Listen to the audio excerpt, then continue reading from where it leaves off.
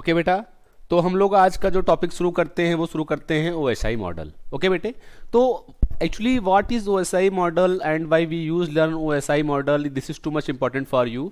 और बेटे मैं आपको एक इंपॉर्टेंट फैक्टर ये बताना चाहता हूँ कि इंटरव्यू के रिगार्डिंग, चाहे आप सीसीएनए का इंटरव्यू दो, चाहे आप सीसीएनपी का इंटरव्यू दो, और चाहे आप नेटवर्किंग का इंटरव्यू दो, कहीं ना कहीं ओएसआई मॉडल आपके लिए इंपॉर्टेंट रखता है।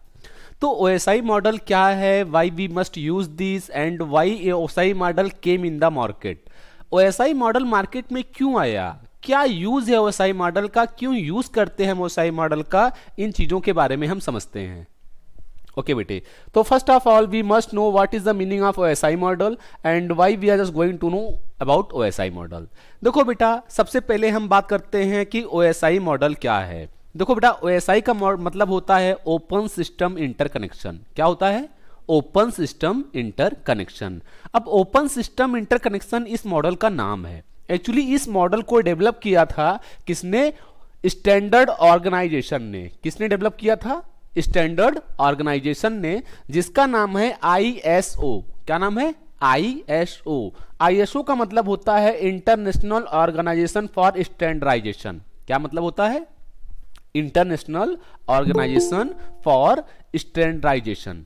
आ रही बात समझ में? देखो बेटा, ये एक ऑर्गेनाइजेशन है। क्या है? ये एक ऑर्गेनाइजेशन है जो स्टैंडर्ड को डेवलप करता है। किसको डेवलप करता है? स्टैंडर्ड को डेवलप करता है। देखो बेटा, एक्चुअली ये जो मॉडल था वो 1984 में डेवलप किया गया था। कब डेवलप किया गया था? 1984 में डेवलप किया गया था। देखो बेटा, मैं एक इंपॉर्टेंट फैक्टर आपको बताना चाहता हूं कि ओएसआई जो मॉडल है ये एक रेफरेंस मॉडल है। देखो बेटे, हमारे पास दो तरह के मॉडल होते हैं। कितने तरह के मॉडल होते हैं? दो तरह के मॉडल होते हैं। एक होता है कौन सा? Reference model. और एक दूसरा होता है कौन सा? दूसरा होता है आपका इंप्लीमेंटेड मॉडल। कौन कौन सा होता है बेटे? Implemented model. और दूसरा कौन सा होता है? Reference model. तो बेटा, जो ओएसआई मॉडल है ये कौन सा मॉडल है? ये रेफरेंस मॉडल है। What is the meaning of reference model? सबसे पहले हम लोग इसके बारे में चर्चा करेंगे कि रेफरेंस मॉडल क्या है। देखो बेटा, reference model means that model describes how your network is running, how your data is travelling inside your network, how your what is the format of your data. चलो इसको थोड़ा अच्छे से समझते हैं।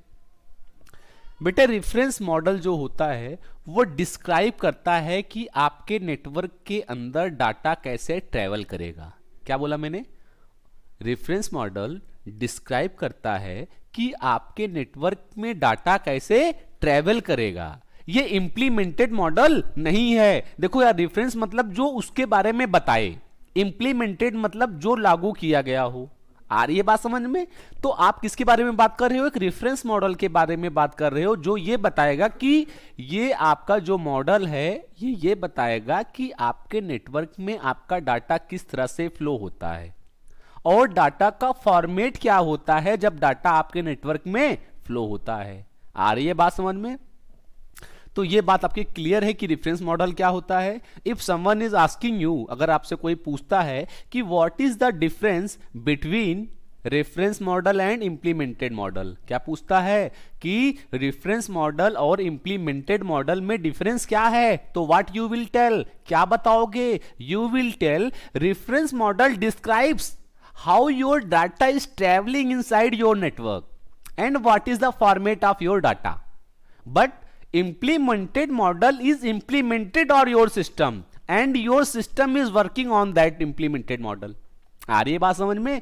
रेफरेंस मॉडल बस ये बता सकता है कि आपके नेटवर्क में डाटा ट्रेवल कैसे कर रहा है, आपके डाटा का फॉर्मेट क्या है, बट इंप्लीमेंटेड मॉडल उस वर्क पे या उस मॉडल पे काम करता है। आई बात समझ में? दोनों के डिफरेंस को आप बता सकते हो। अगर आपका इंटरव्यूअर आपसे पूछता है कि इंप्लीमेंटेड मॉडल क्या है, तो जो मॉडल आप इंप्लीमेंट किए हो या जिस मॉडल पे आपका सिस्टम काम करता है। रेफरेंस मॉडल, जो मॉडल आपके नेटवर्क में डाटा किस तरह से फ्लो हो रहा है, आपके नेटवर्क में डाटा का फॉर्मेट क्या है, वो क्या है? Reference model. आई बात समझ में? इतनी कभी भूलोगे नहीं इसको। ओके, दूसरी बात बेटा, it is a 7 layer architecture model. इसका मतलब क्या है, इसको हम लोग समझते हैं।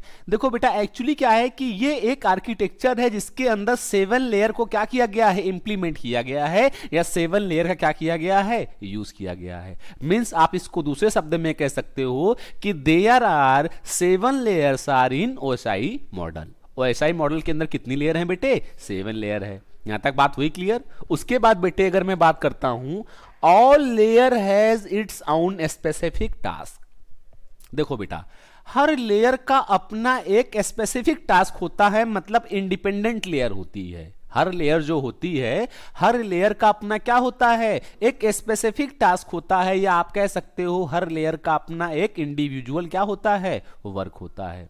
यहां तक आई बात समझ में, कोई डाउट यहां तक? बेटा point number 4, all layer works collaboratively to transmit the data from one network to another network across the globe। इसका मतलब समझो। देखो बेटा, हर लेयर का अपना एक सहयोग होता है, हर, या फिर आप कह सकते हो कि हर लेयर एक दूसरे लेयर के साथ वर्क करते हैं, जिससे आप किसी भी डाटा को एक प्लेस से दूसरे प्लेस पर, वो प्लेस आपके नेटवर्क में कहीं पर भी हो, वो चाहे आपके लैन में हो चाहे आपके वैन में हो। देखो यार, लैन मतलब वो आपके लोकल एरिया नेटवर्क में है, वैन मतलब ऑल ओवर वर्ल्ड कहीं पर भी हो।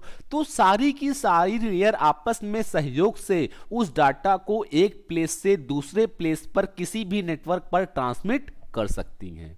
आई बात इतनी समझ में? कोई डाउट यहां तक है बेटे? तो अगर आपसे कोई पूछता है कि why we use OSI model, क्या पूछता है, why we use OSI model. चलो बेटे, इसके बारे में हम लोग चर्चा करते हैं। तो ओएसआई मॉडल का यूज हम क्यों करते हैं, क्या रीजन है, इसके बारे में थोड़ा हम लोग समझते हैं और देखते हैं कि ओएसआई मॉडल का यूज हम लोग क्यों करते हैं।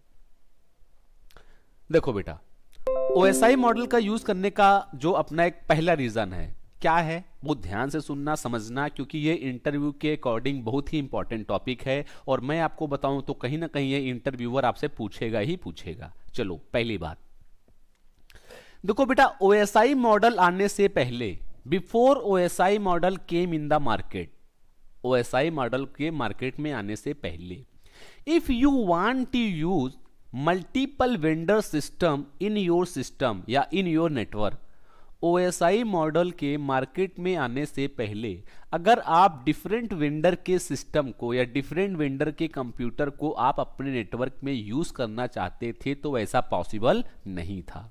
क्यों पॉसिबल नहीं था, इस बात को हम समझते हैं। देखो बेटे, जब ओएसआई मॉडल मार्केट में लॉन्च नहीं हुआ था, when OSI model was not implemented in the market या was not in the market, जब मार्केट में नहीं था, तो जितने वेंडर्स थे वो अपने अकॉर्डिंग अपनी डिवाइसेस को क्या करते थे, मेंटेन करते थे, अपने डिवाइसेस को अपने अकॉर्डिंग क्या करते थे, क्रिएट करते थे। और हर डिवाइसेस का कोई एक पर्टिकुलर स्टैंडर्ड नहीं था कि आपको इसी स्टैंडर्ड को क्या करना है, लागू करना है। सपोज दैट मैं आपसे बात करता हूं कि मेरे पास एक नेटवर्क था, उस नेटवर्क में मैंने आईबीएम के कंप्यूटर लगाए। किसके कंप्यूटर लगाए, आईबीएम के कंप्यूटर लगाए। अब जो आईबीएम का कंप्यूटर है, उस कंप्यूटर का जो वर्किंग प्रोसेस है नेटवर्क का, वो क्या होता था, डिफरेंट होता था। क्या होता था बेटे, डिफरेंट होता था। अब अगर आप चाहते थे कि उस नेटवर्क के अंदर मैं डेल के सिस्टम का यूज करूं, किसका यूज करूं, डेल के सिस्टम का यूज करूं, तो डेल के जो सिस्टम होते थे उनकी जो वर्किंग होती थी वो क्या होती थी, डिफरेंट होती थी। और आईबीएम की वर्किंग क्या होती थी, डिफरेंट होती थी। तो वो एक दूसरे के साथ कंपेटिबल नहीं थे। क्या नहीं थे, एक दूसरे के साथ कंपेटिबल नहीं थे। मतलब उसका जो वर्किंग प्रोसेस था वो क्या था, डिफरेंट था। उसका वर्किंग प्रोसेस क्या था, डिफरेंट था। मतलब कि जो आपका आईबीएम के सिस्टम थे उनका वर्किंग प्रोसेस क्या था, डिफरेंट था। डेल के जो कंप्यूटर्स थे उनका वर्किंग प्रोसेस क्या था, डिफरेंट था। तो ये दोनों सिस्टम आपस में एक दूसरे से कंपेटिबल नहीं थे। मींस ये एक दूसरे से कम्युनिकेट नहीं कर सकते थे। मतलब आप ये कह सकते हो कि ओएसआई मॉडल आने से पहले we were not able to use different Windows computer in our network. हम एक नेटवर्क के अंदर डिफरेंट विंडोज के कंप्यूटर का यूज नहीं कर सकते थे। आई बात इतनी समझ में। दूसरी बात, तो इसने क्या किया, जब OSI मॉडल मार्केट में लॉन्च किया तो इसने कहा कि all vendor must have to follow this standard rule. क्या बोला कि जितने भी वेंडर हैं सारे के सारे वेंडर को इस स्टैंडर्ड को क्या करना पड़ेगा, फॉलो करना पड़ेगा, अगर आप अपनी किसी भी डिवाइस को क्रिएट करना चाहते हो। अगर आप अपनी कोई भी डिवाइस मार्केट में लॉन्च करना चाहते हो तो आपको इस स्टैंडर्ड का यूज करना पड़ेगा। आ रही है बात समझ में? दूसरी बात, ये तो मान के चलो कि पहली बात जो थी वो कहीं ना कहीं सबसे ज्यादा इंपॉर्टेंट थी कि डिफरेंट वेंडर आपस में कभी भी कम्युनिकेट नहीं कर सकते थे। दूसरी प्रॉब्लम क्या थी कि how your data is travelling inside your network. आपके नेटवर्क में जो डाटा ट्रेवल हो रहा है वो कौन से फॉर्म में हो रहा है, what is the format of your data, आपके डाटा का फॉर्मेट क्या है, how data is travelling in the network, network में डाटा फ्लो कैसे हो रहा है, इस चीज का किसी के पास कोई नॉलेज नहीं था। आ रही है बात समझ में? या बिफोर OSI मॉडल। तो OSI मॉडल आने के पहले जो सबसे बड़ी प्रॉब्लम थी वो क्या थी बेटे, कि different vendor cannot communicate with each other, and the second point is that how your data is traveling inside your network। इतनी बात आई समझ में? यहां तक क्लियर है? तो बेटा ये जो दो प्रॉब्लम थी, इन प्रॉब्लम को दूर करने के लिए आपका जो मार्केट में मॉडल लॉन्च हुआ उस मॉडल को क्या कहेंगे हम, OSI मॉडल। तो OSI मॉडल का मतलब समझ में आया आपको क्या होता है? क्लियर है? ओके तो यहां तक कोई प्रॉब्लम है? OSI मॉडल क्या है, क्यों लॉन्च हुआ, क्या काम है इसका? तो OSI मॉडल का काम क्या था? पहला काम कि सभी वेंडर्स को एक स्टैंडर्ड को फॉलो करना होगा। दूसरा कि how your data is travelling inside your network. यहां तक क्लियर है बेटे? कोई प्रॉब्लम है यहां तक? ओके तो ये मैंने आपको बताया कि OSI मॉडल जो है वो एक कॉम्बिनेशन है 7 लेयर का। कितनी लेयर का कॉम्बिनेशन है? 7 लेयर का। There are 7 layer are in OSI model and each layer has its specific task. हर लेयर का क्या है बेटे? अपना एक स्पेसिफिक टास्क है। यहां तक कोई डाउट है बेटा? तो अगर आपसे कोई पूछता है कि रेफरेंस मॉडल क्या होता है, बता लोगे? OSI मॉडल मार्केट में क्यों लॉन्च हुआ, बता लोगे? यहां तक क्लियर है बेटे? ओके अब यहां से हम बात करते हैं बेटे OSI मॉडल की जो 7 लेयर होती हैं, OSI मॉडल की जो 7 लेयर होती हैं। तो बेटे देखो मैं यहां पे आपको एक चीज बताना चाहूंगा कि फर्स्ट लेयर और लास्ट लेयर कौन सी होती है, मैं उसके बारे में बाद में डिस्कस करूंगा, मैं क्लियर करूंगा इस चीज को। लेकिन पहले यहां पे एक चीज को क्लियर करो कि यहां पे जो 7 लेयर हैं वो कौन कौन सी हैं? Application layer, presentation layer, session layer, transport layer, network layer, data link layer and physical layer. देखो बेटे यहां पे हमारे पास कितनी लेयर होती हैं? 7 लेयर होती हैं। अगर मैं बात करता हूं कि वो 7 लेयर कौन कौन सी हैं तो आपको याद होना चाहिए application layer, presentation layer, session layer, transport layer, network layer, data link layer and physical layer. आ रही है बात समझ में बेटे? तो ये हमारे पास 7 लेयर होती हैं किसमें? OSI मॉडल में। देखो बेटे जो अपर 3 लेयर होती हैं, कौन सी? अपर 3 लेयर। जैसे अपर 3 लेयर की मैं बात करूं तो बेटा मेरी कौन सी लेयर है? Application layer, presentation layer and session layer. देखो बेटा ये तीनों लेयर जो होती हैं इसे हम क्या कहते हैं? Software layer. क्या कहते हैं? Software layer. यार इसे सॉफ्टवेयर लेयर क्यों कहते हैं, पहले इसके बारे में भी जान लेते हैं। देखो बेटा ये जो तीनों लेयर हैं, ये तीनों लेयर आपके सिस्टम पर ही काम करती हैं। सिस्टम पर काम करने का मतलब क्या होता है कि ये तीनों लेयर आपके सिस्टम पर काम करने का मतलब कि आपका कोई भी डाटा इन तीनों लेयर पर बाहर ट्रांसमिट नहीं होता। आ रही है बात समझ में? ये तीनों लेयर आपके सिस्टम के अकॉर्डिंग, मतलब आपका डाटा जो है अभी कहां पर है? आपके सिस्टम पर ही है, आउटसाइड आपके सिस्टम वो नहीं है। इसलिए क्या कहते हैं आपको? ये लेयर हमारी सॉफ्टवेयर लेयर होती हैं। आ रही है बात समझ में? सॉफ्टवेयर लेयर क्यों कहते हैं बेटे? क्योंकि आपका डाटा आपके सिस्टम को जब छोड़ के आपके दूसरे हार्डवेयर पर जाएगा तो वो आपके सिस्टम से बाहर गया, अभी तो डाटा आपके कहां पर होगा? सिस्टम पर ही होगा, इसलिए इसे क्या बोलते हैं? Software layer. क्या बोलते हैं बेटे? Software layer. यहां तक कोई प्रॉब्लम है? चलो इसको भी अपन छोड़ते हैं, यहां पर आते हैं।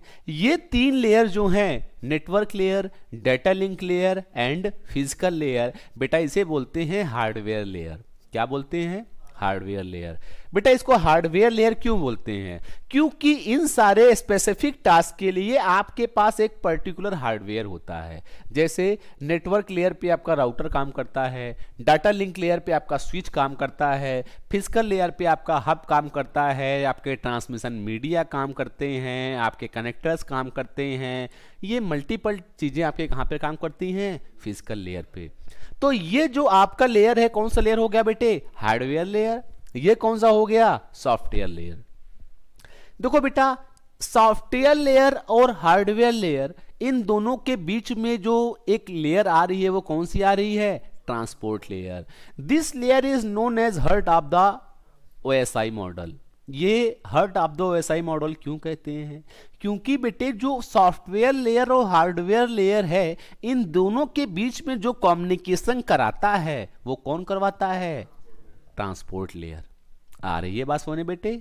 तो हमारे पास जो 7 लेयर है उसको 3 तरह से डिवाइड किया गया है। किसमें? Software layer, hardware layer and heart of the OSI model. क्यों बोला गया है? बात समझ में आई? अगर आपसे कहते हैं कि सॉफ्टवेयर लेयर क्यों कहते हैं, इसे सॉफ्टवेयर लेयर क्यों कहते हैं, तो आप क्या बताओगे बेटे? बिकॉज ऑफ दैट कि in this time my any data is not going outside my system. मेरे सिस्टम को कोई भी डाटे से, मेरा कोई भी डाटा मेरे सिस्टम से बाहर नहीं गया है। आ रही है बात समझ में? हार्डवेयर लेयर क्यों कहते हैं? क्योंकि इस लेयर के लिए एक स्पेसिफिक डिवाइस का यूज हम करते हैं, जैसे नेटवर्क लेयर के लिए, डेटा लिंक लेयर के लिए और फिजिकल लेयर के लिए। और जो आपका heart of the OSI model होता है वो क्या होता है? Transport layer. क्यों होता है बेटे? क्योंकि यहां ये जो लेयर है ये आपके सॉफ्टवेयर लेयर और हार्डवेयर लेयर के बीच में क्या करवाता है? कम्युनिकेशन करवाता है। आ रही है बात समझने बेटा? इतना क्लियर है यहां तक? ओके। उसके बाद बेटे हम लोग बात करते हैं how to decide which layer is the first layer. Okay बेटे, ये बहुत इंपॉर्टेंट क्वेश्चन है और कहीं ना कहीं ये आपके लिए इंपॉर्टेंट इंटरव्यू के अकॉर्डिंग है। देखो यार, बहुत से लोग कहते हैं कि फर्स्ट लेयर एप्लीकेशन लेयर है, बहुत से लोग कहते हैं फिजिकल लेयर फर्स्ट लेयर है, बहुत से लोग कहते हैं अकॉर्डिंग टू द बुक कि we are just going to categorize from bottom to top. क्या कहते हैं? बॉटम टू टॉप, मतलब नीचे से ऊपर की तरफ। जो पहली लेयर नीचे की होगी वो फिजिकल लेयर होगी और जो सबसे लास्ट ऊपर की लेयर होगी वो क्या होगी? हमारी एप्लीकेशन लेयर होगी, मतलब 7th लेयर होगी। लेकिन देखो बेटे, हमारे पास कुछ ऐसे कॉन्सेप्ट्स हैं जिनसे हम इन चीज़ों को जान सकते हैं कि हमारी फर्स्ट लेयर कौन सी होगी। देखो बेटा, मैं तुमसे अगर प्रैक्टिकल बात करूं तो पहली लेयर आपके लिए कौन सी होगी? जिस लेयर से आप फर्स्ट टाइम इंटरेक्ट करोगे, जिस लेयर से आप फर्स्ट टाइम क्या कर रहे हो? इंटरेक्ट कर रहे हो। इंटरेक्ट करने का मतलब कि जिसका यूज कर रहे हो। आ रही है बात समझ में? जिस लेयर से फर्स्ट टाइम हम क्या कर रहे हैं? इंटरेक्ट कर रहे हैं, या जिस लेयर का फर्स्ट टाइम हम क्या कर रहे हैं? यूज कर रहे हैं, वो लेयर हमारी क्या होगी? फर्स्ट लेयर होगी। यहां तक बात समझ में आ रही है बेटे? चलो, तो अगर मैं यहां पर बोलूं कि भैया एक काम करो, ये मुझे बताओ कि आपकी कौन सी लेयर फर्स्ट लेयर है, तो यहां पर आप मुझे बताओ कि सपोज दैट आपका ये कौन है? सेंडर है। ये कौन है? रिसीवर है। यहां तक बात समझ में आ रही है? ये कौन है? सेंडर है। ये कौन है? रिसीवर है। दोनों में बात समझ में आ रही है बेटे? अब मुझे एक बात ये बताओ, इस सेंडर को एक मेल भेजना है। क्या भेजना है? इस सेंडर को क्या भेजना है? एक मेल भेजना है। अब ये बताओ, जब इस सेंडर को एक मेल भेजना होगा किसके पास? इसके पास, रिसीवर के पास। तो ये सेंडर क्या करेगा? सबसे पहले ये जीमेल को ओपन करेगा। किसको ओपन करेगा? जीमेल को ओपन करेगा। और जो जीमेल है वो क्या है आपकी, एक एप्लीकेशन है। तो उस एप्लीकेशन को एक्सेस करने के लिए जो ये सेंडर है सबसे पहले कौन सी लेयर को एक्सेस कर रहा है, एप्लीकेशन लेयर को। तो when you are sender then first time you are interacting with an application. आ रही है बात समझ बेटा। तो ये आपका जो सेंडर है वो फर्स्ट टाइम किससे इंटरेक्ट हो रहा है, एक एप्लीकेशन से इंटरेक्ट हो रहा है। और वो एप्लीकेशन कौन से लेयर पे काम कर रही है, एप्लीकेशन लेयर पे काम कर रही है। That's why when you are sitting at the sender point, आप कौन से पॉइंट पे बैठे हो, सेंडर पॉइंट पे बैठे हो, तो that time you are working with application layer. That's why this is my first layer, कह सकते हो। आ रही है बात समझे बेटे। And when you are sending any data from sender point, अगर आप सेंडर पॉइंट से कोई भी डाटा क्या कर रहे हो बेटा, ट्रांसमिट कर रहे हो, तो जो रिसीवर है ये डाटा रिसीवर के कौन से पॉइंट पे मिलेगा, फिजिकल लेयर पे मिलेगा ना बेटे।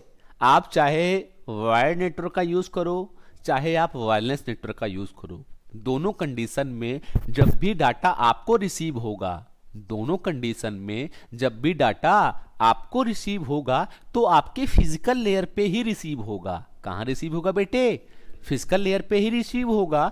अब ये डाटा इस फिजिकल लेयर से होते हुए कहां पहुंचेगा, आ रही है बात समझे बेटे। तो जब आप सेंडर हो, in that time you are using application layer, when you are receiver that time you are getting the first place where, physical layer, where, physical layer. So that's why we can say when we are sender, in that time we are interacting the first layer that is known as application layer, and when we are receiver that time we are interacting with the first layer that is known as physical layer. आ रही है बात समझ बेटे, बताऊंगा भी बताऊंगा। तो this means that what, कि जब आपका जो यूजर है वो सेंडर पॉइंट पे बैठा है तो उसके लिए जो फर्स्ट लेयर है वो कौन सी है, और जो यूजर रिसीवर साइड पे बैठा है तो उसकी फर्स्ट लेयर कौन सी है, फिजिकल लेयर। आई इतनी बात समझ में। But in many books you will get, कई बुक्स में आप पढ़ोगे कि we are counting the layer from top bottom to top. आप कई बुकों में पढ़ोगे कि हम जो लेयर्स को काउंट करते हैं वो कहां से करते हैं, बॉटम टू टॉप करते हैं। यहां तक आई बात समझे बेटे। तो आपसे अगर कोई पूछता है कि which layer is first layer, then you are just going to say कि my physical layer is the first layer. But अगर आपसे कोई पूछता है कि on the behalf of sender and receiver, क्या पूछता है, on the behalf of sender and receiver which layer is my first layer. अगर आपसे कोई पूछता है भैया सेंडर और रिसीवर के अकॉर्डिंग मेरी फर्स्ट लेयर कौन सी है, तो आप क्या बताओगे, on the behalf of sender we are interacting the first layer that is known as application layer, that's why application layer is my first layer. And if I am receiver, that time I am getting my data at my physical layer, that's why physical layer is my first layer. आ रही है बात समझे बेटे, clear है यहां तक, okay. तो अब आपको ये क्लियर है कि यार मेरी फर्स्ट लेयर कौन सी है और मेरा फर्स्ट लेयर का जो सिस्टम है वो क्या है। यहां तक बात समझ में आई बेटा, कोई डाउट किसी को यहां तक, क्लियर है? बिल्कुल बेटे बिल्कुल, अभी दूंगा, सब दूंगा अभी। यहां तक क्लियर है बेटे, ओके। आफ्टर डेट हम लोग अब पहुंचते हैं हर लेयर के वर्क पर, कि हर लेयर का क्या काम होता है, ठीक है ना। अभी मैं आपको सारी चीजों को एकदम क्लियर कर दूंगा, डोंट वरी अबाउट एनीथिंग, ठीक है। सिर्फ और सिर्फ मेरी बातों को सुनो। आ रही बात समझ में, मेरी बातों को सुनो। जो मैं बोल रहा हूं ये तो ना आपको किसी बुक में मिलेगा, जितना मैं आपको बताने की कोशिश करूंगा न तो किसी बुक में मिलेगा, न तो आपको इंटरनेट पे मिलेगा, न तो आपको किसी यूट्यूब पे मिलेगा। सिर्फ आप मेरी बातों को सुनो, जितना मैं बता रहा हूं। कंसल्ट करता हूं मैं कि दुनिया का कोई सा भी इंटरव्यू OSI मॉडल पर होगा तो कभी भी आप फेल नहीं होगे, सिर्फ इसको सुनो। आ रही है बात समझ में इतनी, ओके। देखो बेटा, सबसे पहले मैं बात करता हूं एप्लीकेशन लेयर की। किसकी बात करता हूं, एप्लीकेशन लेयर की। तो देखो बेटे, अब हम लोग यहाँ पे थोड़ा सा एप्लीकेशन लेयर के बारे में अच्छे से समझेंगे और देखेंगे। देखो यार, अगर मुझे कोई भी मेल भेजना है, क्या भेजना है, मेल भेजना है, तो मैं क्या करूंगा, अपनी एप्लीकेशन लेयर से इंटरेक्ट होऊंगा। किससे इंटरेक्ट होऊंगा, जीमेल से। जीमेल क्या है, मेरी एप्लीकेशन है, कहां पर वर्क करती है, एप्लीकेशन लेयर पे। आ रही है बात समझ में। अगर मुझे कोई वेब सर्फिंग करनी है तो मैं किससे इंटरेक्ट होऊंगा, HTTP से या HTTPS से। आ रही है बात समझ में। अगर मुझे कोई फाइल ट्रांसफर करनी है तो मैं कौन सी एप्लीकेशन से इंटरेक्ट होऊंगा, फाइल ट्रांसफर प्रोटोकॉल से। अगर मुझे कोई वर्चुअल टर्मिनल, मतलब मैंने आप लोगों को बताया है कि अगर मुझे किसी भी डिवाइस को वर्चुअली एक्सेस करना है, क्या एक्सेस करना है, वर्चुअली एक्सेस करना है, तो उस कंडीशन में मेरे पास एक प्रोटोकॉल होता है, कौन सा, टेलनेट। मैं उससे इंटरेक्ट होऊंगा। आ रही बात समझ में।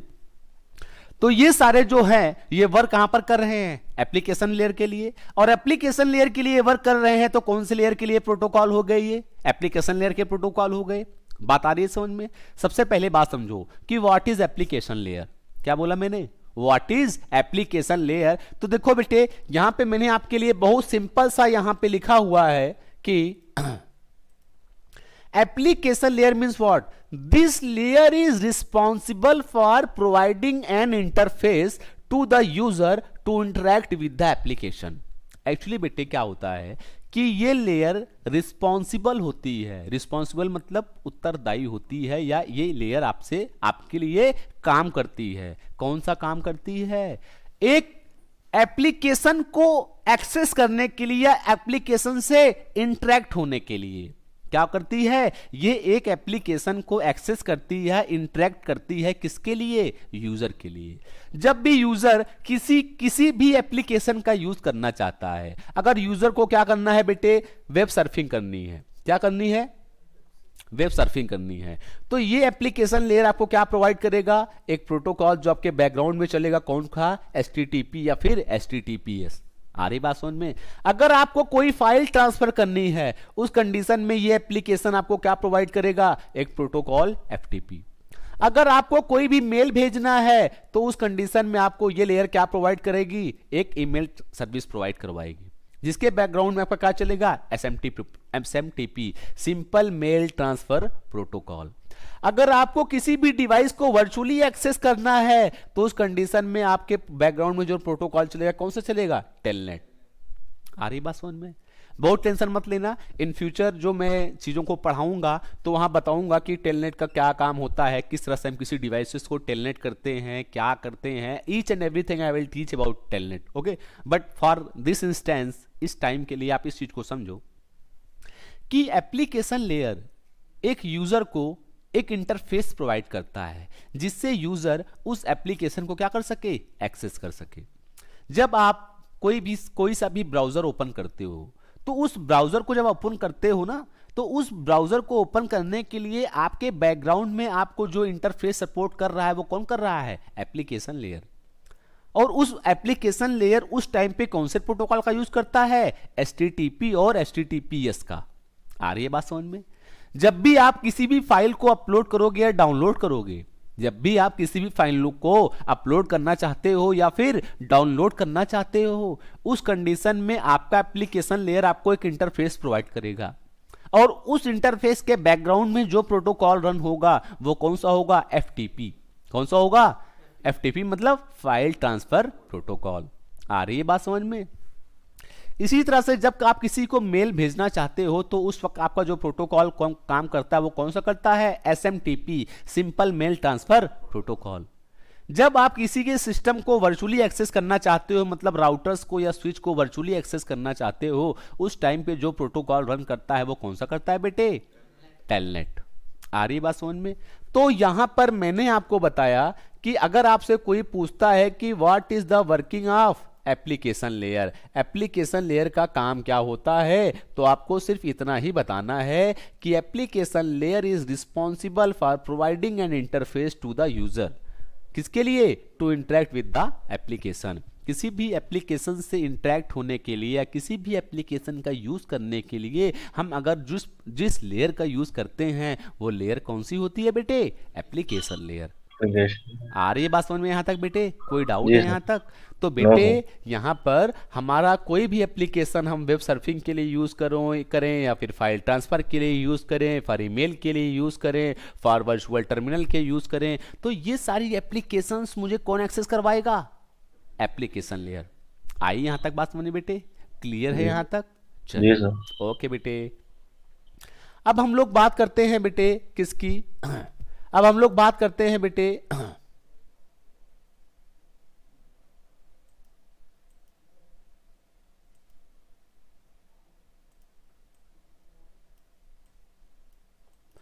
अभी हम लोग बात करते हैं बेटे किसके बारे में? Presentation layer. किसकी बात करते हैं? Presentation layer. देखो बेटा, प्रेजेंटेशन लेयर जो है ये कहीं ना कहीं बहुत इंपॉर्टेंट है और इसको ध्यान से समझना। देखो बेटे, this layer is responsible for presenting the data through the application layer. इस लेयर का काम क्या होता है? ये लेयर किसके लिए रिस्पॉन्सिबल होती है? डाटा को प्रेजेंट करने के लिए जो भी एप्लीकेशन लेयर से मुझे मिलती है। आ रही है बात समझ में? जो भी एप्लीकेशन लेयर से डाटा मुझे मिल रहा है उस डाटा को क्या करना होता है? प्रेजेंट करना होता है। किसका काम होता है? प्रेजेंटेशन लेयर का। आ रही है बात समझ में? देखो बेटा, ये बहुत इंपॉर्टेंट लेयर होती है। कौन सी लेयर होती है? बहुत इंपॉर्टेंट लेयर होती है। बहुत ध्यान से सुनना, और इसमें सारे के सारे पॉइंट बहुत ही इंपॉर्टेंट है, इसलिए इन सारे के सारे पॉइंट्स को बेटे बहुत ध्यान से सुनना और समझना। देखो बेटा, सबसे पहली बात मैं आपसे ये बताना चाहूंगा कि हम आप ह्यूमन बीइंग हैं। क्या हैं? Human being. और ह्यूमन बीइंग कौन सी लैंग्वेज को यूज करते हैं? अल्फाबेट और न्यूमेरिक को। आ रही है बात समझ में? आप क्या लिखोगे? 1 2 3 4 ABCD कखा गागा, यही लिखोगे। लेकिन आपका कंप्यूटर क्या है? हार्डवेयर है। कंप्यूटर क्या है? हार्डवेयर है। ये कौन सी लैंग्वेज को समझता है? मशीन लैंग्वेज को। आ रही है बात समझ में? आप जिस लैंग्वेज को समझते हो वो होती है अल्फाबेट और न्यूमेरिक, बट कंप्यूटर कौन सी लैंग्वेज को समझेगा? मशीन लैंग्वेज को। और मशीन लैंग्वेज में आपके पास कौन कौन सी लैंग्वेज है? BCD है, बाइनरी कोडेड डेसिमल, ASCII है, application specific integrate application code for decimal. उसके बाद कौन सी है? बाइनरी। कौन सी है बेटे? बाइनरी। तो आप जिस लैंग्वेज को समझते हो वो तो कौन सी है? अल्फाबेट और न्यूमेरिक। लेकिन सिस्टम जिस लैंग्वेज को समझता है वो कौन सी है? ASCII, BCDI और बाइनरी। अब आप मुझे यह बताओ कि अगर आपको किसी को मेल भेजना है तो आप क्या लिखोगे? Hi, how are you, this is this, यही लिखोगे। आपकी लैंग्वेज क्या होगी? अल्फाबेट होगी। लेकिन उस अल्फाबेट लैंग्वेज को सिस्टम समझ पाएगा? जिस लैंग्वेज को आप लिख रहे हो, क्या उस लैंग्वेज को सिस्टम समझ पाएगा? No sir. या फिर सिस्टम की लैंग्वेज, अगर सिस्टम अपनी लैंग्वेज को आपको आउटपुट में देगा तो क्या आप उसको समझ पाओगे? आ रही बात समझ में? तो neither you are able to understand machine language और machine is not able to access your alphabet language और न्यूमेरिक लैंग्वेज। आ रही है बात यहां तक सोने बेटे? तो ना तो मशीन आपकी लैंग्वेज समझ पा रही है, ना आप मशीन की लैंग्वेज समझ पा रहे हो। In that condition we must have a translator. कौन चाहिए? ट्रांसलेटर चाहिए। Who will convert your language into machine language and will convert machine language into our language. आ रही बात सोने बेटे? अब ये क्या करेगा? आपके पास एक कोई ऐसा ट्रांसलेटर होना चाहिए जो आपकी लैंग्वेज को मशीन लैंग्वेज में कन्वर्ट करे या फिर मशीन लैंग्वेज को आपकी लैंग्वेज में कन्वर्ट करे। आ रही बात समझ में? तो बेटे, ट्रांसपोर्ट लेयर का जो पहला टास्क होता है वो क्या होता है? ट्रांसलेशन का। किसका होता है? ट्रांसलेशन का। It will translate your information into machine language. किसमें? मशीन लैंग्वेज में। जब भी आपको कोई भी टास्क करना है, कोई भी मेल भेजना है, कोई भी फाइल अपलोड करनी है, तो आप उसको अपनी लैंग्वेज में लिखोगे। लेकिन सिस्टम को क्या पता कि आपने क्या लिखा है? तो सिस्टम क्या करेगा बेटे? उस लैंग्वेज को मशीन लैंग्वेज में कन्वर्ट करेगा। यहां तक बात समझ में आई? तो the first task of this layer is what? Data translation. क्या होता है बेटे? अब इसमें किसी को प्रॉब्लम है क्या कि डाटा ट्रांसलेशन क्या होता है? तुमको लोग को प्रॉब्लम है बेटे? कोई क्लियर है यहां तक? ऑनलाइन सबको क्लियर है बेटे डाटा ट्रांसलेशन क्या होता है? जी सर। जी सर। ओके बेटे। आफ्टर डाटा ट्रांसलेशन दूसरा टास्क होता है इंक्रिप्शन। क्या होता है बेटे? इंक्रिप्शन। यार इंक्रिप्शन का मतलब क्या होता है, क्या होता है, इसको हम लोग समझते हैं। देखो यार, इंक्रिप्शन का मतलब डाटा इंटीग्रिटी। अब अरे यार, इंक्रिप्शन भी इंग्लिश में हो गया, डाटा इंटीग्रिटी भी इंग्लिश में हो गई, हिंदी बताइए ना यार। चल बता देता हूं, देख भाई। अगर मैं किसी भी डाटा को आपके पास सेंड करता हूं तो मुझे वहां पे एक सिक्योरिटी चाहिए। क्या चाहिए? सिक्योरिटी। Security means what? भैया आप अपने पास से कोई भी डॉक्यूमेंट किसी दूसरे को भेजते हो, किससे भेजो? कोरियर से। किससे भेजोगे? कोरियर से। तो जब कोरियर आप जब करते हो ना, तो जो आप कोरियर में क्या करोगे? एक लिफाफा सेंड करोगे। कभी उस लिफाफे का मुंह खोल के भेजा है क्या कि ऐसे दे दिया वो भेज देंगे? आप क्या करते हो? उस लिफाफे का मुंह चिपकाते हो और वहां पे एक सीलिंग लगा देते हो। क्या लगा देते हो? सीलिंग। कि अगर इसको कोई ओपन करेगा तो ये सील क्या हो जाएगी? ब्रेक हो जाएगी और सामने वाला ये जान जाएगा कि ये क्या किया गया है, इसको खोला गया है। इसे बोलते हैं डाटा इंटीग्रिटी। क्या बोलते हैं? डाटा इंटीग्रिटी मतलब डाटा की सिक्योरिटी, कि इस डाटा को रास्ते में किसी ने ओपन तो नहीं किया है। आ रही है बात समझ में बेटे? तो डाटा इंटीग्रिटी का मतलब समझ में आ रहा है कि हमको एक सिक्योरिटी चाहिए कि हमारा डाटा जब हमारे नेटवर्क में ट्रेवल कर रहा है तो ये यहां से वहां तक पहुंचा, तो जो यहां से भेजा गया वही वहां पे पहुंचा है। ऐसा तो नहीं रास्ते में किसी ने उसके साथ कुछ छेड़छाड़ की हो। इसे क्या बोलते हैं? Data integrity. यहां तक बात समझ में आई बेटे? हाँ, बिल्कुल बिल्कुल। उसके बाद ये क्या लिखा हुआ है? Decryption. क्या लिखा हुआ है? Decryption. देखो बेटे, एक बात समझ लो। अब सपोज करो कि हमारे पास एक लेयर इधर है, 7 लेयर इधर है, ठीक है? जहां कौन कौन सी लेयर है? Application, presentation, session, transport. ये सातों लेयर हमारी इधर पे होगी। इधर भी हमारे 7 लेयर होगी। एप्लीकेशन, प्रेजेंटेशन, सेशन, ट्रांसपोर्ट, ये सातों लेयर इधर पे होगी। अब जब डाटा इधर से जाएगा, इस मशीन को मिलेगा, यहां से डाटा प्रेजेंटेशन लेयर वाले ने क्या किया है? इसको इंक्रिप्ट किया है। तो अब जब इस लेयर पे पहुंचेगा बेटा, तो ये लेयर इस डाटा को क्या करेगी? डी इंक्रिप्ट करेगी। क्या करेगी? डी इंक्रिप्ट मतलब कि उसके ओरिजिनल फॉर्म में लाना।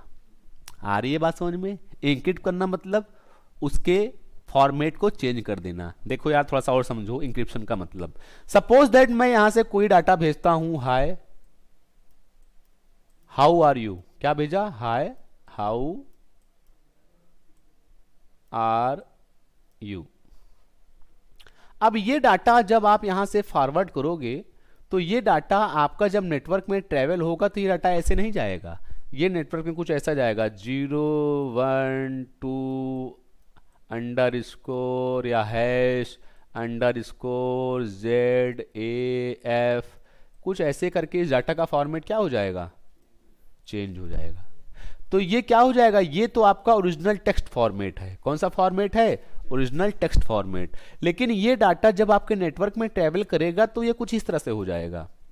अगर किसी ने इस डाटा को कैप्चर भी कर लिया तो उसको ये समझ नहीं सकता। आ रही है बात समझ में? इसे कहते हैं इंक्रिप्शन। क्या कहते हैं बेटे? Encryption. Encryption mean what? It will change your data format. ये आपके डाटा के फॉर्मेट को क्या कर देगा? चेंज कर देगा। आई यहां तक बात समझे बेटे? नहीं नहीं, कोई कैप्चर करता है तो, जब कोई कैप्चर करता है, मेरे पास बहुत से कैप्चरिंग टूल्स होते हैं। क्या होते हैं? कैप्चरिंग टूल्स बहुत से होते हैं। मैं आपके नेटवर्क में जो भी डाटा फ्लो हो रहा है उसको मैं कैप्चर कर सकता हूं। तो कैप्चर तो कर लोगे, लेकिन समझ पाओगे इसको? तो आ रही बात समझ में यहां तक? तो डी इंक्रिप्शन का मतलब क्या होता है? जब आपका ये डाटा इसको मिलेगा तो ये क्या करेगा? इसको फिर से क्या बना लेगा? हाय हाउ आर यू, इसको डिकोड कर लेगा। आ रही बात समझ बेटे इतनी? तो इसे क्या कहते हैं? इंक्रिप्शन। जब आपका डाटा इस फॉर्मेट से इस फॉर्मेट में क्या होता है? कन्वर्ट होता है। इसे क्या बोलते हैं? Decryption. जब ये डाटा इस फॉर्मेट में क्या हो जाएगा? चेंज हो जाएगा। आ रही बात समझ बेटे? उसके बाद आती है बात डाटा कंप्रेशन की। किसकी बात आती है? डाटा कंप्रेशन की। देखो यार, डाटा कंप्रेशन का मतलब क्या होता है? सपोज करो कि आपके पास एक 100 MB की फाइल है। कितने MB की फाइल है? और आपको उस फाइल को किसी दूसरे के पास क्या करना है, फॉरवर्ड करना है। अगर मेरे पास कोई एक ऐसा टूल हो कि मैं आपके 100 MB की फाइल को 40 MB की फाइल में कन्वर्ट कर दूं, क्या कर दूं, 100 MB की फाइल को 40 MB की फाइल में क्या कर दूं, कन्वर्ट कर दूं, तो मुझे ये बताओ, एक तरफ आप 40 MB की फाइल को भेजो और एक तरफ आप 100 MB की फाइल की भेजो, तो आपका कौन सा डाटा सबसे पहले वहां रिसीव होगा, 40 MB वाला। मतलब यहां पे आपकी डाटा की जो ट्रांसमिटिंग स्पीड क्या हो जाएगी, बढ़ जाएगी। कब, जब आपका डाटा क्या होगा, कंप्रेस होगा। आ रही है बात समझ में। तो ट्रांसपोर्ट लेयर पे आपका डाटा कंप्रेशन का भी काम होता है। ये क्या करता है, आपके डाटा के ओरिजिनल साइज को कंप्रेस कर देता है। क्या करता है, डाटा के ओरिजिनल साइज को कंप्रेस कर देता है, जिससे आपके डाटा की जो ओरिजिनल साइज होती है वो क्या हो जाती है, छोटी हो जाती है, और वो बहुत आसानी से आपके नेटवर्क में क्या हो सकती है, फॉरवर्ड हो सकती है। आ रही है बात समझ में। तो बेटे प्रेजेंटेशन लेयर के 5 बहुत इंपॉर्टेंट टास्क होते हैं। कौन कौन सा, डाटा ट्रांसलेशन, ट्रांसलेशन का मतलब समझ में आ गया, किसी को कोई डाउट है बेटे, ट्रांसलेशन मतलब it will convert your alphabet and numeric into machine language.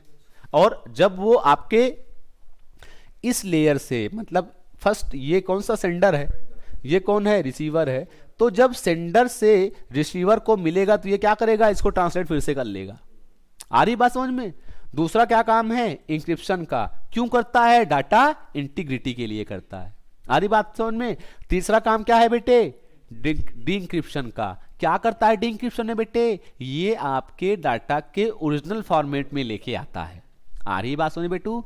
उसके बाद कंप्रेशन का मतलब क्या होता है बेटे, कंप्रेशन का मतलब होता है कि जब आप अपने डाटा को अपने नेटवर्क में फॉरवर्ड करना चाहते हो तो आप अपने डाटा की साइज क्या कर दोगे, छोटी कर दोगे, जिससे आपका डाटा आपके नेटवर्क के अंदर इजीली क्या हो सकता है, ट्रांसफर हो सकता है, जिसके आपकी जो स्पीड है वो क्या होगी, फास्ट होगी।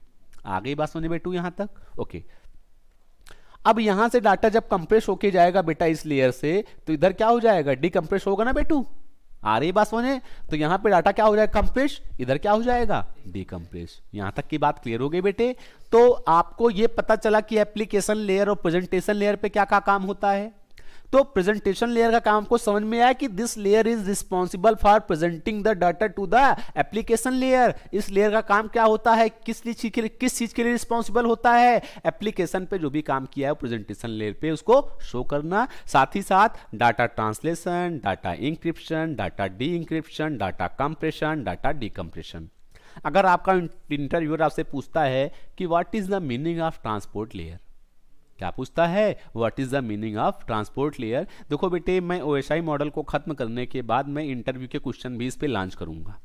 समझ रहे हो बात को। मैं ओएसआई मॉडल के सारे इंटरव्यू क्वेश्चन आपको बताऊंगा कि कैसे क्या क्या इंटरव्यूअर आपसे पूछ सकता है। क्लियर है यहां तक बात बेटे। चले आगे, ओके। अब बेटे यहां से अगर हम आगे की बात करते हैं तो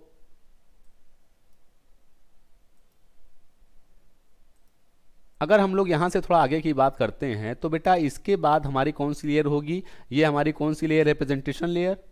प्रेजेंटेशन लेयर के बाद हमने कौन सी पढ़ेंगे, सेशन लेयर। कौन सी लेयर पढ़ेंगे बेटे, सेशन लेयर। तो सेशन लेयर का टास्क क्या होता है, देखो बेटा ये लेयर भी बहुत इंपॉर्टेंट लेयर है। सेशन लेयर भी आपकी बहुत इंपॉर्टेंट लेयर है। क्या काम करती है ध्यान से समझना, और जहां भी कोई प्रॉब्लम हो मुझे बताना, ओके। अब हम लोग बात करते हैं किसकी बेटे, सेशन लेयर की। देखो बेटा बहुत इंपॉर्टेंट लेयर है सेशन लेयर, इसको मैं तुमको बहुत कायदे से समझाता हूं। सपोज करो बेटे कि तुमको अपने मोबाइल से किसी को कॉल करना है। अगर तुम किसी को कॉल करते हो तो जब आप किसी को कॉल करते हो तो आपके बीच में उसके बीच में क्या बनता है, एक सेशन बनता है। अगर उसने आपके कॉल को रिसीव किया, अगर उसने आपके कॉल को रिसीव किया तो वहां पे एक सेशन मेंटेन हो जाएगा। क्या हो जाएगा, एक सेशन मेंटेन हो जाएगा। और अगर उसने आपके कॉल को रिसीव नहीं किया तो सेशन आपका क्या हो जाएगा, ब्रेक हो जाएगा। सपोज दैट किसी ने आपके कॉल को क्या किया, रिसीव किया, तो उस टाइम पे आपके एंड से और जो आपका जिसके पास आपने कॉल किया है उसके बीच में क्या बन जाएगा, एक सेशन बन जाएगा। जब आपके बीच में क्या बनेगा, एक सेशन बनेगा, तो आप क्या करोगे, अपना डाटा ट्रांसफर कर पाओगे, मतलब आपकी जो वॉइस होगी उसके तक क्या होगी, रिसीव होगी। आ रही है बात समझ में? अब बेटा जब ये सेशन बनेगा तो इस सेशन को क्या करना पड़ेगा, मैनेज भी करना पड़ेगा ना, इसको देखना भी तो पड़ेगा कि ये सेशन हमारा सही चल रहा है या नहीं चल रहा है। और ये सेशन कब तक चलेगा, जब तक आप दोनों के बीच में क्या होगा, कम्युनिकेशन होगा। जैसे ही आप दोनों के बीच में कम्युनिकेशन होना स्टॉप हो जाएगा तो आप दोनों के बीच में क्या हो जाएगा, सेशन ब्रेक हो जाएगा। आ रही है बात समझ में? इसी तरह हमारे नेटवर्क के अंदर सेशन लेयर का काम क्या होता है, this layer is responsible for किसके लिए रिस्पॉन्सिबल होती है बेटे, creating a session, maintaining and tearing down the session after completing the transmission. Suppose that हमारा एक यहां पे डिवाइस है, ये डिवाइस किसी एक डिवाइस को क्या करना चाहता है, डाटा सेंड करना चाहता है। तो बेटे किसी भी डाटा को सेंड करने से पहले इसको यहां से यहां तक के बीच में क्या बनाना पड़ेगा, एक सेशन बनाना पड़ेगा। अब ये सेशन बनाने के साथ साथ इस सेशन को क्या करना पड़ेगा, मेंटेन भी करना पड़ेगा। आ रही है बात समझ में?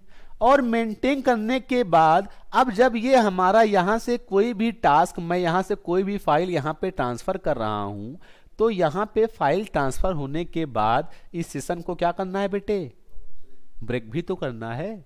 आ रही है बात समझ में? तो यहां पे जो सेशन लेयर होता है वो क्या करता है, session layer is responsible for creating a session, managing a session and tearing down a session. ये सेशन को क्रिएट करता है, सेशन को मैनेज करता है, साथ ही साथ सेशन को ब्रेक डाउन करता है, हमारे जो भी हमारा कम्युनिकेशन है उसको कंप्लीट होने के बाद। यहां तक आई बात समझे बेटे? तो सेशन लेयर का काम समझ में आ रहा है। सेशन लेयर क्या करता है, this layer is responsible for creating a session and managing the session and tearing down the session after completing the task. Task को कंप्लीट होने के बाद सेशन को क्या कर देगा, ब्रेक कर देगा।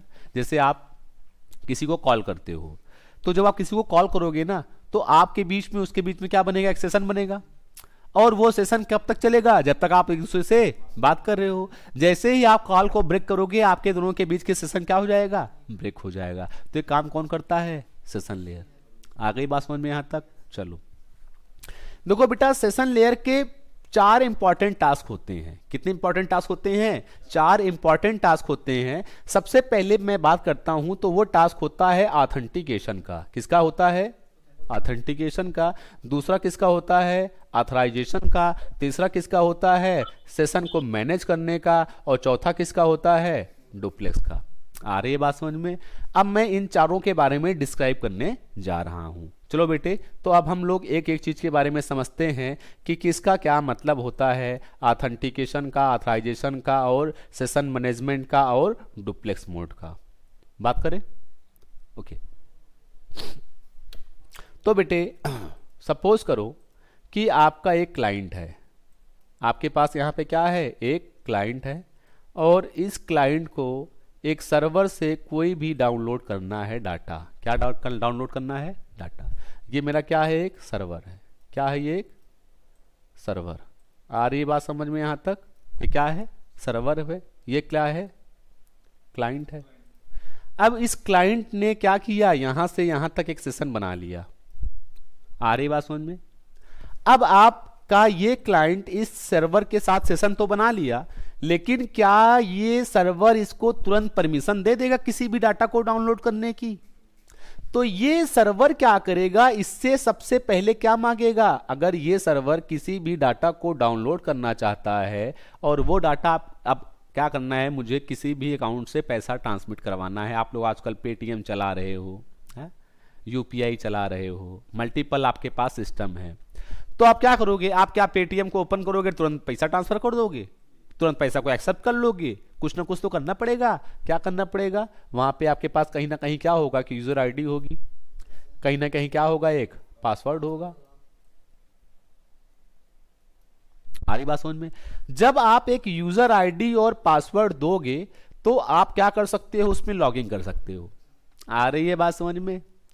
जब आप यूजर आईडी और पासवर्ड दोगे तो वो आपको क्या करेगा, ऑथेंटिकेट करेगा कि हाँ you are a valid user.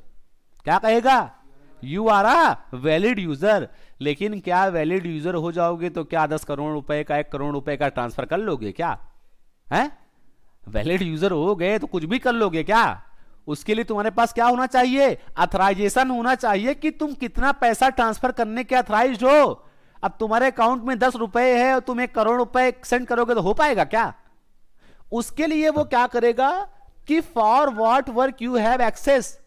Suppose करो कि तुमको एक फाइल डाउनलोड करनी, तुम एक फाइल डाउनलोड करना चाहते हो, लेकिन वो फाइल क्या की कौन से मोड में है? कोई भी फाइल हमारे पास रीड मोड में होती है, राइट मोड में होती है और डाउनलोड एक्सेस मोड में होती है। कौन से मोड में? रीड मोड में, राइट मोड में और डाउनलोड मोड में होती है। अब अगर कोई फाइल अगर रीड मोड में ही है और तुम उसको डाउनलोड करना चाहते हो तो हो जाएगी क्या? अगर कोई फाइल रीड मोड में है और उसको तुम उसमें जाके कुछ अब इंटरनेट का कोई भी डाटा है तुम एक्सेस करके उसमें कुछ एडिट करना चाहते हो, हो जाएगा क्या? क्यों नहीं होगा?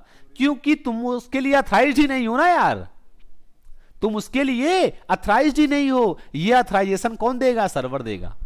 कौन देगा? और यूजर के पास अथराइजेशन उसकी नहीं है तो क्या उसमें कुछ एडिट कर लेगा? या तुम्हारे अकाउंट में उतना पैसा ही नहीं है तुम ट्रांसफर कर लोगे? तो जो ये वर्क है या जो ये टास्क है किसका, ऑथेंटिकेशन का, या फिर जो ये टास्क है ऑथराइजेशन का, ये कौन करवाता है? Session layer. आ रही है बात समझ में? उसके बाद है सेशन मैनेजमेंट। क्या बात है? Session management. सेशन मैनेजमेंट का मतलब क्या होता है कि आपका सेशन जब आपके क्लाइंट से सर्वर के बीच में बनता है तो उस सेशन को क्या करता है? मैनेज करता है। क्या करता है? मैनेज करता है। मतलब उसको लगातार लुकआउट करता रहता है कि मेरा सेशन चल रहा है या नहीं चल रहा है। अच्छा, सपोज दैट आप कोई फाइल डाउनलोड कर रहे हो। क्या कर रहे हो? फाइल डाउनलोड कर रहे हो। जब आप कोई फाइल डाउनलोड करते हो और आपका सेशन ब्रेक हो जाता है तो आपको एक एरर मैसेज आता है।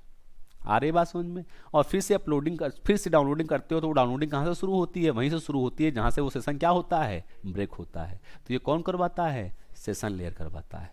कौन करवाता है? Session layer. उसके बाद बेटा बहुत इंपॉर्टेंट टास्क है, ये 100 लोगों में 90 लोगों को नहीं पता है, डुप्लेक्स मोड। कौन सा मोड? Duplex mode. देखो बेटे, हमारा जो सिस्टम है वो कौन से मोड पे काम करेगा? सिंप्लेक्स मोड पे काम करेगा, हाफ डुप्लेक्स पे काम करेगा कि फुल डुप्लेक्स मोड पे काम करेगा? ये भी डिसाइड कौन करवाता है? Session layer. कौन करवाता है? Session layer. कि हमारा जो सिस्टम है वो कौन से मोड पे काम करेगा? सिंप्लेक्स मोड पे काम करेगा, हाफ डुप्लेक्स मोड पे काम करेगा या फिर फुल डुप्लेक्स पे काम करेगा। आ रही है बात? तो सेशन लेयर का जो इंपॉर्टेंस है वो कहीं ना कहीं बहुत ही अच्छा है। क्या? कि session layer is responsible for creating a session, managing a session and tearing down the session after completing the task. इसके 4 इंपॉर्टेंट वर्क होते हैं। कौन कौन सा होता है? Authentication, authorisation, managing the session and duplex mode. आ गई बात समझ में इतनी बेटो? चलें आगे फिर। यस हाँ, ये लेयर नहीं काम करती। कौन सी डिवाइस डुप्लेक्स मोड पे काम कर रही है?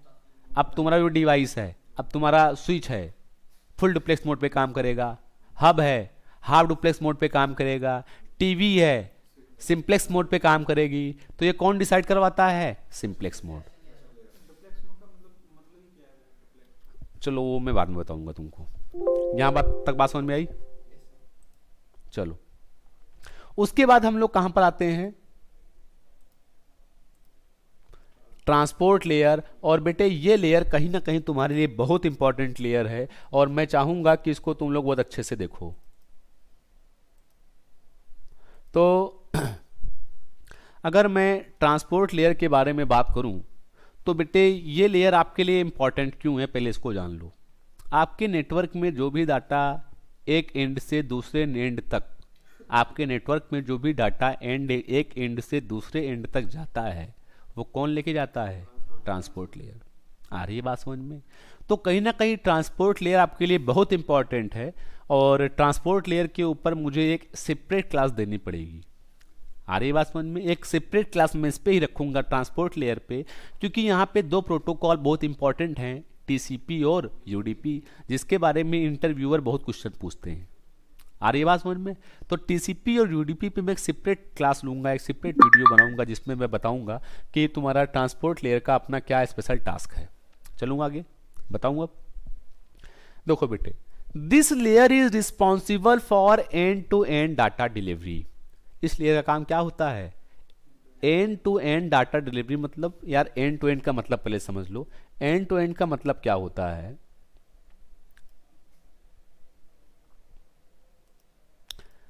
अब मेरा एक डिवाइस ये है और दूसरा डिवाइस ये है। अब इन दोनों डिवाइसेस के बीच में जो डाटा ट्रांसफर होगा तो इसे क्या कहेंगे? End to end data delivery. क्या बोलेंगे? End to end data delivery. तो ये एंड टू एंड जो डाटा डिलीवरी होती है ये कौन करवाता है? Transport layer. कौन करवाता है? Transport layer. देखो बेटा, ट्रांसपोर्ट लेयर पे वर्क बहुत से होते हैं, बात समझ में आ रही है? इसलिए मैं इस लेयर को स्पेसिफिकली बनाऊंगा और स्पेशली इस लेयर पे तुमको मैं बहुत से टास्क बताऊंगा। ट्रांसपोर्ट लेयर पे बेटे बहुत से टास्क होते हैं। कुछ टास्क के बारे में सबसे पहले हम लोग समझते हैं। जैसे सबसे पहला जो टास्क होता है वो किसका होता है? सेगमेंटेशन का। किसका होता है? सेगमेंटेशन। अब यार ये सेगमेंटेशन क्या है? कुछ नहीं है यार, बस 2 मिनट सुनो, सब समझ में आ जाएगा। When we are breaking a big data it into small pieces of data, या कह सकते हो when we are breaking a data into small pieces of data that is known as segmentation। क्या बोलते हैं? सेगमेंटेशन। यार देखो छोटी सी बात है, बहुत ज़्यादा दिमाग मत लगाओ। सपोज दैट हमारे पास 100 MB की फाइल है। कितने MB की फाइल है? 100 MB की फाइल है। इस 100 MB की फाइल को मैं 4 फाइलों में ब्रेक कर लेता हूँ। कितने पार्ट में ब्रेक कर लेता हूँ? 4 पार्ट में। अब ये 4 पार्ट जो हमारे बनेंगे ये कितने कितने के बनेंगे? ये 4 पार्ट जो मेरे बनेंगे ये बनेंगे 25 MB के, ये बनेंगे 25 MB के, ये बनेंगे 25 MB के और ये बनेंगे कितने MB के? 25 MB के। इसी को हम क्या कहते हैं? सेगमेंटेशन। क्या बोलते हैं? सेगमेंटेशन। आ रही है बात समझ में? अब मुझे एक बात बताओ यार, ये हमारा यूजर है। ये कौन है? यूजर है जो 100 MB फाइल को क्या करेगा? फॉरवर्ड करेगा। किसके पास? इनके पास। ये सेंडर है और ये क्या है? रिसीवर है। अब इसको 100 MB की फाइल को क्या करना है? फॉरवर्ड करना है। तो ये इस 100 MB की फाइल को क्या करेगा? सेगमेंट में ब्रेक कर देगा। जब ये फाइल सेगमेंट में ब्रेक हो जाएगी तो ये सेगमेंट में ही कहाँ पहुंचेगी?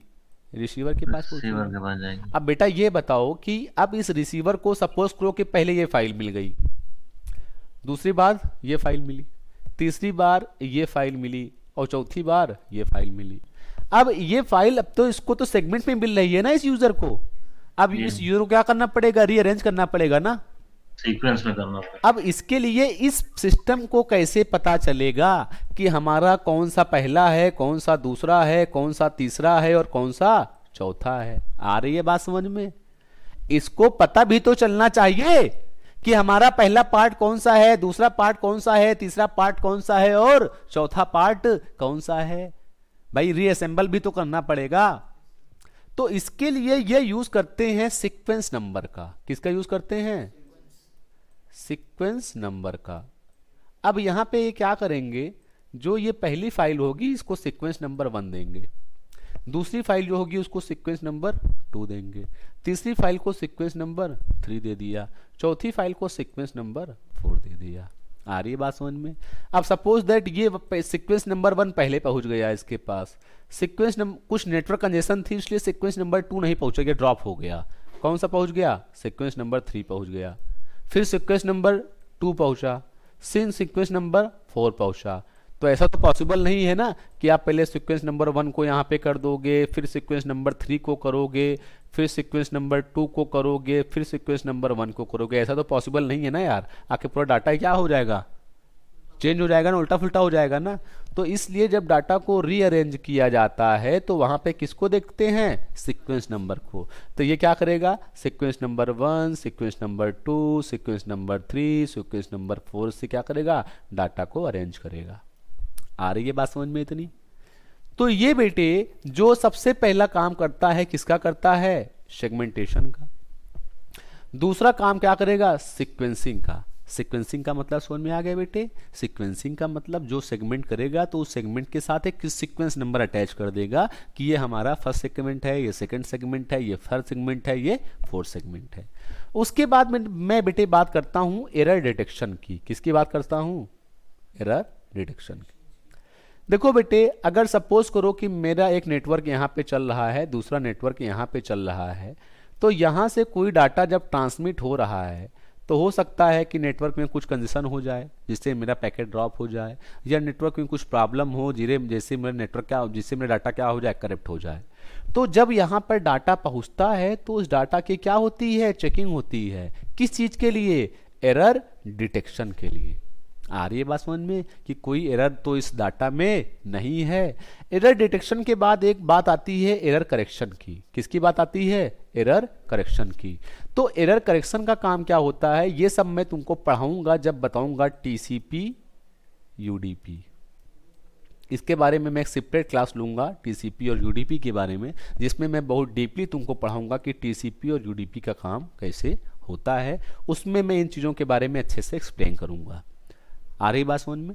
तो यहाँ पे आप समझो कि आपके ट्रांसपोर्ट लेयर का काम क्या क्या होता है, सेगमेंटेशन का, सीक्वेंसिंग का, एरर डिटेक्शन का, एरर करेक्शन का। फिर बात आ रही है किसकी? Flow control. अब यार ये क्या है, हर बार एक नई बात आ जा रही है। देखो भैया, फ्लो कंट्रोल का मतलब, सपोज करो, चलो मैं तुमको सपोज करवाता हूँ। सपोज करो कि मेरे पास एक यहाँ पे मशीन है। चलो मैं उसको तुमको क्लियर करता हूँ बेटा, टेंशन मत लो, बहुत आराम से क्लियर हो जाएगा। ओके, सपोज करो यहाँ पे एक डिवाइस है, मेरे पास एक कंप्यूटर है और यहाँ पे एक दूसरा कंप्यूटर है। अब इस कंप्यूटर से इस कंप्यूटर पे मुझे डाटा क्या करना है, फॉरवर्ड करना है। आ रही बात समझ में? इस कंप्यूटर की जो स्पीड है वो है 100 Mbps। कितनी है? इस कंप्यूटर की जो स्पीड है वो है 10 Mbps। कितनी है?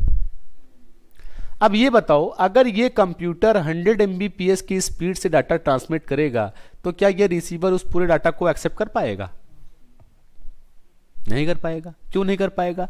क्योंकि जो इसकी रिसीविंग स्पीड है कितनी है, तो ये तो 90% डाटा को क्या कर देगा, डिस्कार्ड कर देगा ना। वो तो क्या हो जाएगा, डिस्कार्ड हो जाएगा। तो यहां पर एक कॉन्सेप्ट किसका आता है, फ्लो कंट्रोल का। फ्लो कंट्रोल के माध्यम से ये देखते हैं कि आपकी स्पीड क्या है, 100 Mbps, मेरी स्पीड कितनी है, 10 Mbps। तो हम लोगों के बीच में जो कंपेटिबल स्पीड है वो कितनी है, 10 Mbps। तो यहां से ये डिवाइस इसको कितनी स्पीड से डाटा को सेंड करेगा, 10 Mbps। आ रही बात समझ में फ्लो कंट्रोल का? फ्लो कंट्रोल के माध्यम से ये इस चीज को डिसाइड करते हैं कि सेंडर और रिसीवर के बीच में जो कॉमन स्पीड है वो क्या है। उस कॉमन स्पीड के अकॉर्डिंग ही वो डाटा को क्या करेगा, ट्रांसमिट करेगा। आगे बात नहीं समझे बेटे? फ्लो कंट्रोल के बारे में क्लियर हो गया। फ्लो कंट्रोल क्या करता है, विंडोइंग साइज, एक्नॉलेजमेंट, ये दोनों चीजों को मैं आपको यूडीपी में बहुत अच्छे से क्लियर करूंगा। जब मैं टीसीपी यूडीपी बताऊंगा तो वहां बताऊंगा कि विंडोइंग साइज और एक्नॉलेजमेंट का मतलब क्या होता है। देखो बेटा, हमारा जो प्रोटोकॉल है टीसीपी और यूडीपी, टीसीपी प्रोटोकॉल जो है वो कनेक्शन ओरिएंटेड प्रोटोकॉल है। क्या है, कनेक्शन ओरिएंटेड प्रोटोकॉल है। UDP protocol connection less protocol है। टीसीपी कहता है कि मैं आपके डाटा डिलीवरी की गारंटी लेता हूं।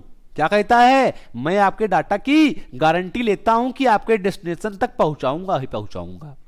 यूडीपी कहता है कि मैं कोई गारंटी वारंटी नहीं लूंगा, मैं डाटा को सिर्फ रिसीव करूंगा और फॉरवर्ड कर दूंगा।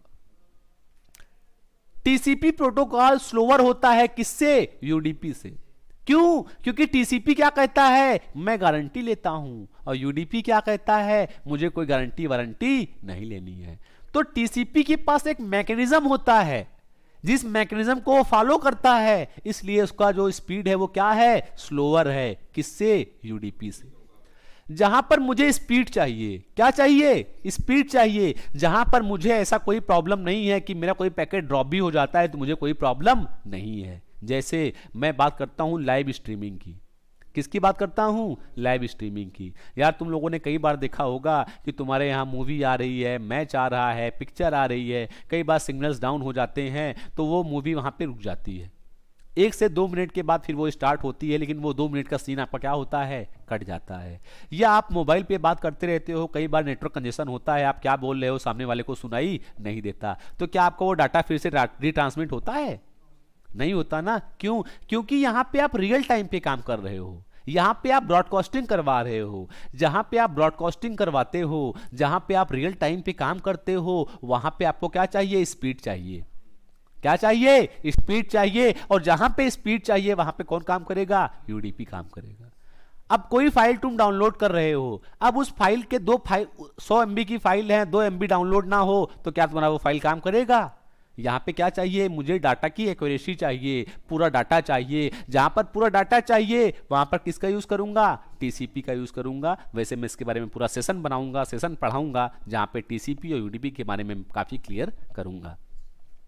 तो ये विंडोइंग साइज में क्या होता है? एक्चुअली जो आपका टीसीपी प्रोटोकॉल होता है ना, वो कहता है कि ऐसा नहीं है कि मेरे पास 10 पैकेट, मुझे आपको किसी यूजर को, किसी सेंडर को 10 पैकेट भेजना है, तो वो कहता है कि आप मुझे 10 पैकेट एक साथ में नहीं भेज सकते। मैं आपको क्या करूंगा? मैं आपको बताऊंगा कि आपको कितने पैकेट भेजने के बाद वेट करना है दूसरा पैकेट भेजने के लिए। क्यों?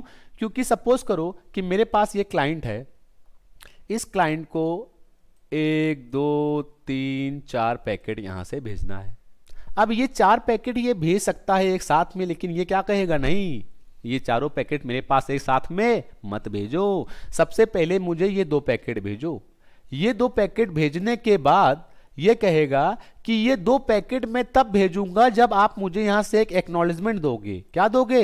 एक एक्नॉलेजमेंट दोगे कि ये दोनों पैकेट हमारे पास पहुंच गए हैं। उसी कंडीशन में मैं क्या करूंगा? इन दोनों पैकेट को भेजूंगा। और ये डिसाइड कहां पर करते हैं? विंडोइंग साइज में। कहां करते हैं? विंडोइंग साइज में। और एक्नॉलेजमेंट का मतलब क्या होता है बेटे? कि ये क्या करते हैं कि जितनी विंडोइंग साइज होगी, सपोज दैट मेरी विंडोइंग साइज कितनी है? 2 की है, तो इसको हर 2 पैकेट को सेंड करने के बाद उसका क्या चाहिए? एक्नॉलेजमेंट चाहिए। यहां पर एक काम और होता है, रीट्रांसमिशन। किसका होता है? रीट्रांसमिशन। ये रीट्रांसमिशन क्या होता है, इसके बारे में मैं चर्चा करूंगा जब मैं आपको टीसीपी और यूडीपी पढ़ाऊंगा। आ रही है बात समझ में? तो अगर मैं बात करता हूं ट्रांसपोर्ट लेयर की, तो ट्रांसपोर्ट लेयर का काम क्या होता है? End to end data delivery. इसका जो मेनली टास्क होता है वो क्या होता है? सेगमेंटेशन का। सेगमेंटेशन मतलब समझ में आ रहा है? When you are breaking data into small pieces of data, that is known as segmentation. Segment होगा तो उसका क्या की जाएगी? सीक्वेंसिंग की जाएगी। अगर आप सीक्वेंस नहीं करोगे, सीक्वेंस नंबर नहीं दोगे, तो वो रीअसेंबल कैसे होगा? आ रही है बात समझ में? तो यहाँ पे क्या करवाना पड़ेगा? सीक्वेंसिंग करानी पड़ेगी। एरर डिटेक्शन का काम भी आपका यहाँ पर होगा कि हमारा जो डाटा है वो रियल फॉर्मेट में है कि नहीं है। एरर करेक्शन का मतलब कि आपका जो डाटा है वो क्या किया जाएगा? करेक्ट किया जाएगा। फ्लो कंट्रोल का मतलब कि हमारे दोनों साइड की स्पीड क्या होनी चाहिए? सेम होनी चाहिए। ऐसा ना हो कि इसकी स्पीड 100 Mbps हो, इसकी स्पीड 10 Mbps हो, तो डाटा आपका क्या हो जाएगा? लॉस हो जाएगा। विंडोइंग साइज का मतलब समझ में आया कि कितने पैकेट ट्रांसमिट करने के बाद उसको क्या चाहिए? एक एक्नॉलेजमेंट चाहिए। एक्नॉलेजमेंट का मतलब तो समझ ही गए क्या? एक्नॉलेजमेंट। आ रही बात यहां तक समझ में? चलो सर, जैसे विंडो में हम 4 पैकेट सेंड कर रहे हैं, अगर 2 पैकेट सेंड होने के बाद अगर हमारा कनेक्शन ब्रेक हो जाता है, सर उसके मतलब कि जो 2 पैकेट होंगे उसकी एक्नॉलेजमेंट मिल गई होगी, वो फिर जाएंगे ना? हाँ, रीट्रांसमिट होगा। क्या होगा? रीट्रांसमिट। वो मैं तुमको टीसीपी यूडीपी में पढ़ाऊंगा, पर टेंशन मत लो। देखो बेटा, ये लेयर बहुत ही इंपॉर्टेंट लेयर है, नेटवर्क लेयर। कौन सी लेयर? Network layer. देखो यार, नेटवर्क लेयर इंपॉर्टेंट क्यों है, इसकी वजह क्या है, इसके बारे में पहले जान लो। चलो ठीक है, फिर अब मैं क्लास कल शुरू करूंगा और कल इसके बाद इसके आगे मैं चर्चा करूंगा। यहाँ तक बेटा सबको समझ में आया? जी सर, जी सर। Okay sir. तो पीडीएफ भेज दिएगा आज का? पीडीएफ नहीं, ये वीडियो ही भेज दे रहा हूँ तुमको, टेंशन मत लो। ठीक है ना? ठीक। ओके बेटे, बाय। Okay sir. कल हम लोग कहाँ से शुरू करेंगे? नेटवर्क लेयर से। ठीक है, ओके।